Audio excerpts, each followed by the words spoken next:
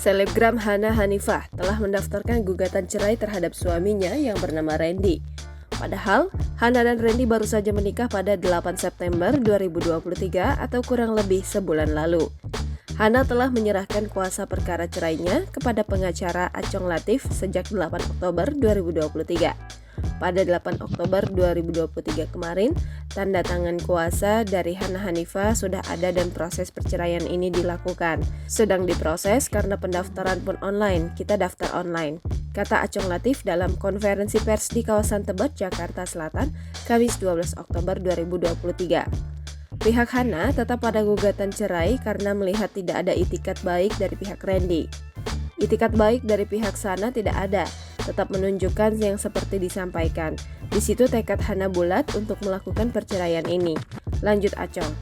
Sebaliknya, pihak Hana Hanifah justru melihat Randy melakukan pembelaan terhadap dirinya sendiri. Nasihat itu sudah dilakukan untuk memperbaiki.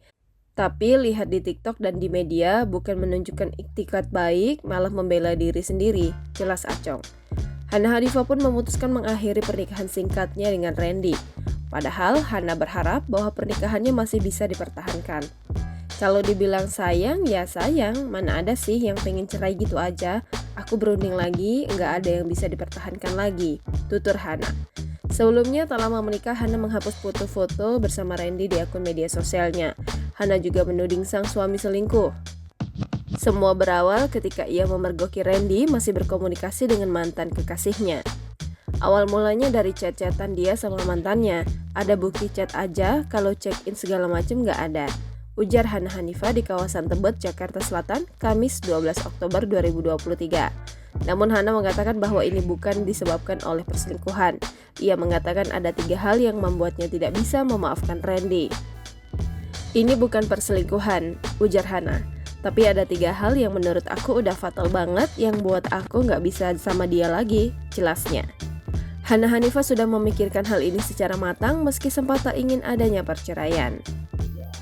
Yang keempat, sepulangnya tadi bukan dia memperbaiki, malah suaminya Hana ini meminta kembali mahar pernikahan atau mas kawin pernikahannya beserta seserahan. Itu diminta kembali. Ini menurut kami ini sangat fatal. Kenapa?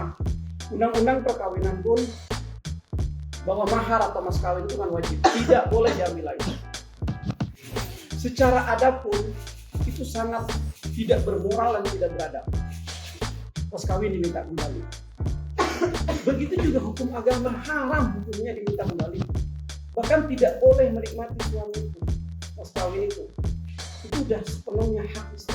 Download Tribun X sekarang, menghadirkan lokal menjadi Indonesia.